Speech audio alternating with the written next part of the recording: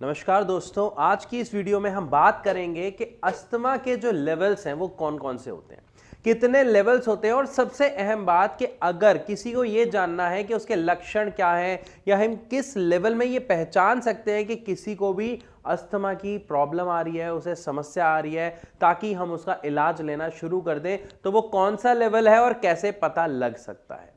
तो चलिए शुरू करते हैं आज की वीडियो और जानते हैं इन सभी चीजों को थोड़ा सा डेप्थ में, ताकि हम समझ सकें और सही इलाज सही समय पर लेके अपने आप को स्वस्थ रख सकें। जनरली अगर हम बात करते हैं अस्थमा के लेवल्स की, तो वो 4 लेवल होते हैं। सबसे पहला जिसको आप कहेंगे स्टार्टिंग लेवल और इंटरमिटेंट लेवल, जिसमें लक्षण ना के बराबर दिखते हैं, जैसा कि अधिकतर बीमारियों में होता है। आप नॉर्मल अपना डेली रूटीन का सारा काम करते हैं, सुबह उठते हैं, चाय पीते हैं, ऑफिस जाते हैं, वर्क करते हैं, लेडीज घर का काम करती हैं, कोई प्रॉब्लम नहीं आती। लेकिन हो सकता है हफ्ते में एक बार आपको हल्का फुल्का खांसी होना और सांस फूलना हल्का फुल्का, जिसे हम नॉर्मल समझ के इग्नोर कर देते हैं। और इवन अगर आप यहाँ पे टेस्ट भी करते हैं, जैसे स्पायरोमीटर एक होता है, उससे अगर आप अपना अस्थमा का टेस्ट भी करते हैं, तो उसके जो लेवल्स आते हैं वो लगभग नॉर्मल या नॉर्मल जैसे ही आते हैं। इसलिए पेशेंट्स अधिकतर फर्स्ट लेवल पे इसे पहचान नहीं पाते हैं और बीमारी सेकेंड लेवल तक पहुंच जाती है। बात करें अगर हम सेकेंड लेवल की, तो सेकेंड लेवल होता है माइल्ड लेवल, यानी नाम से ही पता चल रहा है जो लक्षण है वो कुछ कुछ हद तक दिखने शुरू होते हैं। यानी आप जो अपना रोजमर्रा का काम करते हैं वो कर रहे हैं, लेकिन आपको हफ्ते में 2 या 3 बार खांसी की समस्या का सामना करना पड़ता है।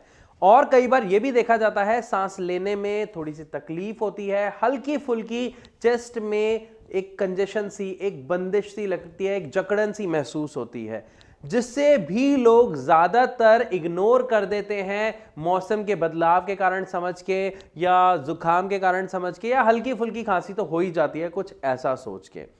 और जो लोग यहां पर थोड़े से सीरियस होते हैं, वो अपने जान पहचान में पूछ के या इवन मेडिकल शॉप से पूछ के जो इनहेलर होता है वो ले लेते हैं, जिससे उनको रिलीफ मिल जाता है। लेकिन इसकी वजह से क्या होता है, वो जो बीमारी होती है वो थर्ड लेवल तक पहुंच जाती है ज्यादातर लोगों की, क्योंकि अभी तक क्या हो रहा है, इग्नोरेंस। हम पहचान ही नहीं पा रहे हैं कि समस्या आ क्या रही है। रीजन जो लक्षण दिख रहे हैं वो इतने कॉमन है कि कोई भी ये समझ नहीं पाता है कि ये अस्थमा की शिकायत की शुरुआत हो गई है। लेकिन अगर हम बात करें इसके थर्ड लेवल की, जिसे हम कहते हैं मॉडरेट लेवल, यहां पर लक्षण काफी हद तक बिल्कुल साफ दिखने शुरू हो जाते हैं। आपको हफ्ते में 2 से 3 इवन 4 बार तक ये खांसी की समस्या काफी ज्यादा बढ़ जाती है। आपके जो रोजमर्रा के वर्क है, काम है, उसको करने में काफी तकलीफ का सामना करना पड़ता है। कई बार सांस फूल जाती है और छाती में जकड़न लगातार बनी रहती है। इसमें बहुत सारे लोग इनहेलर लेते हैं, जिससे उनको इंस्टेंट रिलीफ तो मिलता है, लेकिन उनकी समस्या वहीं की वहीं बनी रहती है, जिसको वो समझ नहीं पाते हैं। वो सिर्फ इंस्टेंट रिलीफ के लिए, मतलब हाल ही के रिलैक्स के लिए वो इनहेलर यूज करते हैं, शांत होते हैं और उसके बाद दोबारा अपना काम करने लग जाते हैं, जिसकी वजह से ये 4th लेवल तक आपकी बीमारी पहुंच जाती है। और स्पेशली ध्यान रखिएगा, थर्ड लेवल में जो सबसे ज्यादा सिम्टम या लक्षण जिसे कहें देखने को मिलते हैं वो होता है रात को, कि स्पेशली जब आप सोते हैं तब आपको खांसी बहुत ज्यादा आती है, आपको घबराहट या घुटन फील होती है। आप स्पेशली सो रहे हैं तो उठ के बैठ जाते हैं, खांसना शुरू कर देते हैं। आप अपने घर के खुले एरिया में स्पेशली जाते हैं, जैसे बैल्कनी हो गई, बरामदा हो गया, वहां पर जाते हैं ताकि आपको अच्छा सा एयर का फ्लो मिल सके। आपको ऐसा लगता है जैसे मुझे सांस नहीं आ रही है। ये अस्थमा के सबसे क्लियर लक्षण होते हैं। और अगर आपको या आपके परिवार में किसी भी सदस्य को ये लक्षण दिखाई दे रहे हैं, तो समझ जाइएगा कि अस्थमा के थर्ड लेवल यानी मॉडरेट लेवल तक आपकी समस्या पहुंच चुकी है। और अगर आप इस समस्या को लेके किसी एलोपैथिक डॉक्टर के पास जाते हैं, तो ध्यान रखिएगा वहां पर वो आपको मेडिसिन देंगे या कुछ स्टेरॉइड्स देंगे और साथ में पंप, इनहेलर जिसे हम कहते हैं, यही उनके पास अवेलेबल होता है एज अ ट्रीटमेंट। ये उनकी गलती नहीं है। असल में एलोपैथी में ट्रीटमेंट ही यही है, दवा ही यही अवेलेबल है। इसीलिए आप अक्सर डॉक्टर्स से सुनेंगे कि ये एक मैनेजेबल डिसऑर्डर है, मतलब इस समस्या को सिर्फ मैनेज किया जा सकता है, इसको खत्म नहीं किया जा सकता, इसको सिर्फ कंट्रोल किया जा सकता है। लेकिन उसी के दूसरी तरफ अगर हम इसके सही इलाज के बारे में बात करें या आप सच में जानना चाहते हैं तो सिर्फ 2 मिनट का और वेट करें, क्योंकि इससे पहले आपको 4th स्टेज के बारे में जानना बहुत जरूरी है। इस 4th स्टेज के बाद मैं बात करूंगा इसके सही और सबसे असरदार इलाज के बारे में, जिसमें कुछ घरेलू चीजों के बारे में भी हम बात करेंगे और जानेंगे कि इससे कैसे बाहर निकला जा सकता है। सिर्फ कंट्रोल नहीं बल्कि क्योर करने की भी पूरी कोशिश की जा सकती है, जिसमें 90% तक पॉजिटिव रिजल्ट्स देखने को मिलते हैं। तो 4th स्टेज की बात करते हैं और 4th स्टेज होती है सीवियर स्टेज, यानी हफ्ते में 3 से 4 बार खांसी की समस्या बनी रहना, इनहेलर और मेडिसिन दोनों लेने के बावजूद भी यह समस्या लगातार बनी रहती है।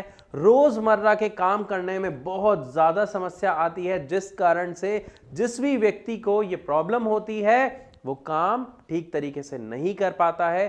थोड़ी सी दूर चलने में, इवन थोड़ी सी सीढ़ियां चलने में सांस फूलने लग जाती है, जिसके कारण वो अपने नॉर्मल रूटीन के काम भी ठीक से नहीं कर पाते हैं।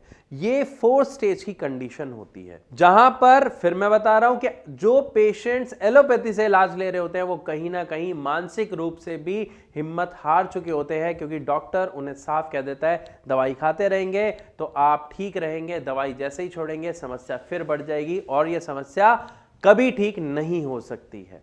लेकिन अगर आप होम्योपैथी की बात करें, जी हां, यहां पे अब मैं इसके सर्वश्रेष्ठ इलाज के बारे में बात कर रहा हूं कि अगर आप होम्योपैथी की बात करें तो होम्योपैथी सांस से जुड़ी बीमारियों के लिए सर्वश्रेष्ठ माना जाता है, पूरी दुनिया जानती है और इवन आप खुद ये ट्राई करें। मैं क्यों कह रहा हूं, क्योंकि जब हमारे यानी भारत होम्योपैथी में पेशेंट्स आते हैं तो वो अपनी बहुत सारी प्रॉब्लम्स के साथ आते हैं। जिस तरीके की प्रॉब्लम्स मैंने अभी आपको बताई कुछ ये, और साथ ही पेशेंट टू पेशेंट कुछ प्रॉब्लम्स और भी बढ़ जाती हैं। अगर आपको भी मान लीजिए इससे रिलेटेड कोई समस्या है या आपके परिवार में किसी सदस्य को कोई समस्या है, तो आप यहां पर फ्री ऑफ कॉस्ट कंसल्टेशन ले सकते हैं हमारे डॉक्टर से, यानी भारत होम्योपैथी के डॉक्टर से। कैसे?